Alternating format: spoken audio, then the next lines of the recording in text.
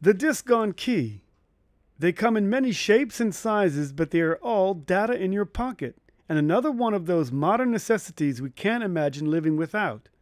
It all began a decade ago when an Israeli scientist couldn't get his PowerPoint presentation off of a broken laptop, and he began inventing a way to transfer data easily. It's another example of some of the innovations produced by the ever-churning minds of Israelis who have been the source of so many high-tech inventions. A new exhibit at the Science Museum in Jerusalem attempts to discover just how it is Israelis do it.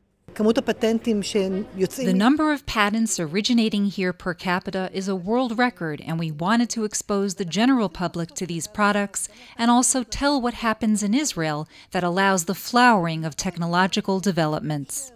Another invention is the baby sense, which monitors babies' breathings. And then there is the electric car and cherry tomatoes. Some are still being developed. Like a fish, aims to separate air from water so divers can literally breathe underwater. Israeli innovations like the mobile eye are just some of the inventions that are on display at this exhibition. This invention is actually a small camera that's attached to the car, which can detect an object that may be a danger to the car. Like me, I am in a rectangle right now that the driver can see and be warned about. Israel is well known for its great innovations in weaponry and defense products, from the Merkava tank to the Arrow anti-ballistic rocket missile. But the museum decided not to even mention this in their exhibit. We in the museum wanted to showcase innovations that weren't defense-related and had more to do with our civilian lives like medicine, food, agriculture, water, and communications. Yet many Israeli inventions merge from technologies developed for the defense industry. The pill camera, for example, stemmed from laser-guided missile optics. We wanted this exhibition to be a sort of ambassador to the world. Pushing our military prowess is something that other bodies do, but pushing our intellectual and R&D capabilities is something that I think this exhibition can do well. Many people have speculated just what it is about Israeli culture that makes it so innovative.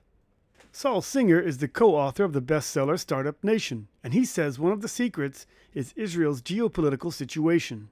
Basically, we've turned adversity into a renewable source of creative energy that goes into startups, it goes into culture, it goes into arts, into social entrepreneurship, all kinds of things, and that's what makes Israel so exciting.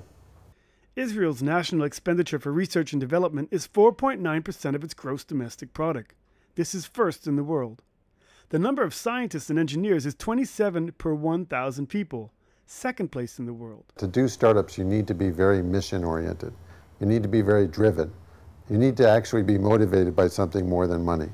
And patriotism is one of those key motivations. The idea that you're doing something for your country, for the world, is a very important part of doing startups. We see a lot of reactions of pride. We are showing 46 Israeli developments.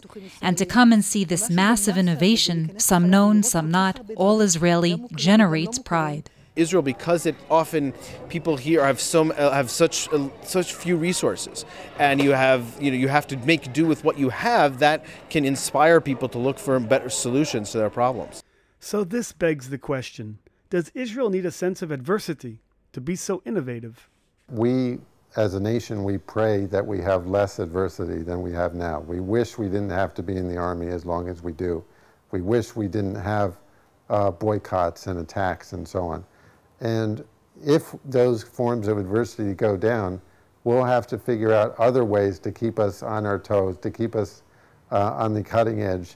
But the fact that we've used adversity to become innovative doesn't mean we want it to continue.